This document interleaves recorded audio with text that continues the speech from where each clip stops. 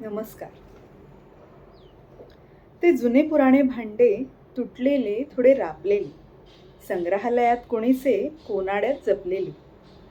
400 वर्षांपूर्वी ते असे निवांत नसेल. शिजते, भासते काही ते रोज धरून असेल. त्याच्या संग्रहाला असतील किती वास, किती जिन्नस, त्यातून असंख्य चवींचे श्वास. किती असतील स्पर्श, चव बांधणारे, रांधणारे, खरकटे पुसून नंतर राख माखून विसळणारे.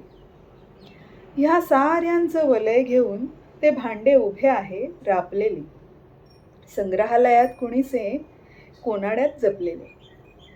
10च मिनिटासाठी येऊन भांड्यापाशी मिनिटभरच राहून तुला कळणार नाहीत हे संदर्भ आपणहून.